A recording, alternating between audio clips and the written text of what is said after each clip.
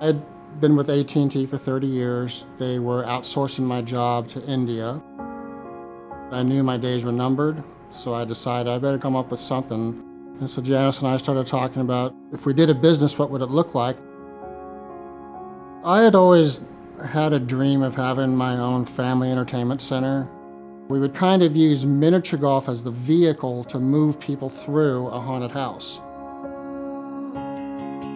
We put together some plans and tried to go out and see if we could get some financing, do the startup, and it didn't work. Nobody wants to give money to somebody that hasn't done what they want to do before.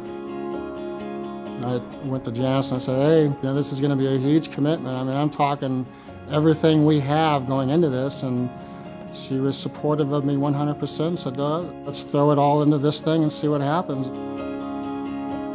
It took a lot of cojones.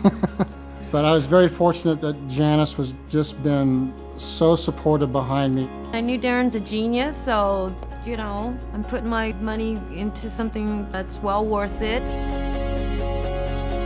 If you look around the place, if you admired any of the foliage, the trees and the leaves, her and I stood here shoulder to shoulder for 5 straight weeks and carved all the walls you see in this place. They're all made out of mortar, and everything is hand carved and textured.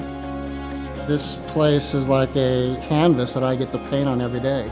So anytime I want to change something, I don't think something looks good, I can do it. I don't need a committee, I don't need my boss's approval. I can just go do, and we've lived and learned a lot. We definitely didn't have a model to go after, and it was just hit and miss, and we're lucky that we've gotten as far as we have.